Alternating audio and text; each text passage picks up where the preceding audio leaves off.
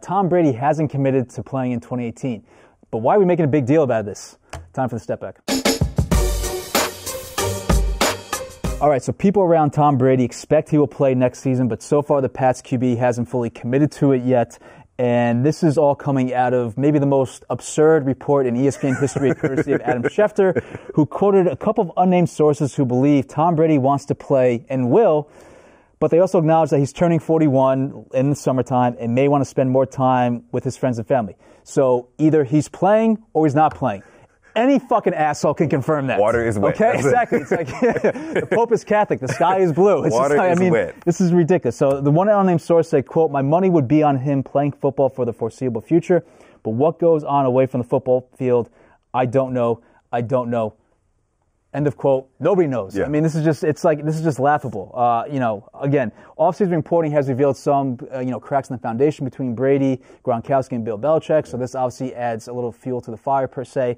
But with all due respect to Adam Schefter, who breaks a ton of news and has an awesome pedigree and blah, blah, go ahead and slander him. Anytime somebody says all due respect, to that, else is coming after. How lame and ridiculous is this report from ESPN? It struck me as somebody that had to do a favor to keep a connection and keep a source in place. But this whole thing is a constant power struggle between Rob Gronkowski, Tom Brady, and Bill Belichick. It's obvious that Rob Gronkowski and Tom Brady seem to be on the same side because they have a great relationship with the controversial trainer, Alex Guerrero, who had access to the Patriots, and all of a sudden it was revoked.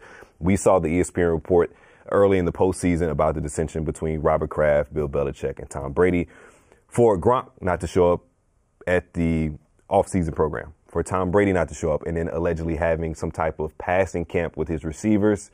This seems to be some type of pissing contest between everybody included. And I think Brady's trying to see what the direction of the franchise is. They've lost a lot of players. Nate Soldier, gone. Malcolm Butler, signed with Tennessee. Deion Lewis, gone. There's a lot of Brandon Cooks traded to the Rams. There's a lot of moving pieces. But are you alluding to the idea that Brady could go play someplace else?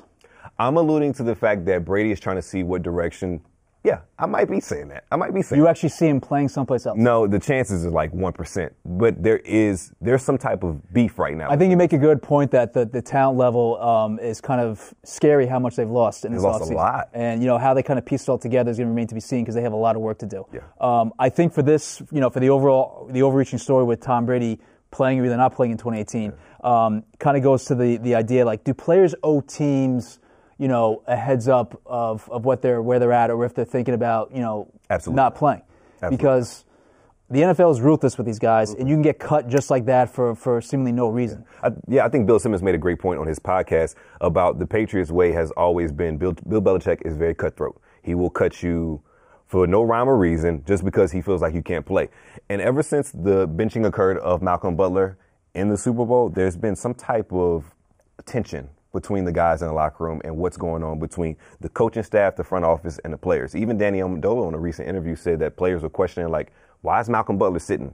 Did this cost us a Super Bowl? So I think this might be the beginning of the end of the Patriots way and the Patriots dynasty. Again, he's 41 years old. It's like, how much more can he keep this up? And then you lost your starting left tackle. And then your right tackle who started in the Super Bowl, Cameron Fleming, went and signed with the Dallas Cowboys. So everything's in limbo right now for the New England Patriots. And maybe, this bullshit report, maybe age is kind of catching up to Tom Brady finally this offseason. But again, let's put this, let's officially stamp this as the worst report in ESPN history because it told you absolutely nothing and was basically clickbait. But do you think there's fire? Do you think the reports that we've heard, I would say since the start of the new year, that there is beef in New England, do you think that this might be the beginning of the end? We talked about this last week. Yes, I think there's cracks in the foundation, and I'm giddy as can be the idea of this finally imploding and being done with. But for this report, hand wave.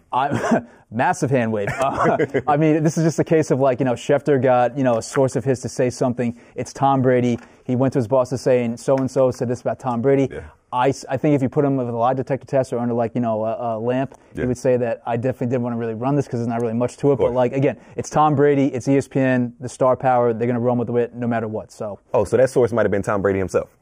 Who knows? I'm not going to go that far, but it's like you guys could have sat on that and waited for more information. Exactly. You didn't need to put that out to the world.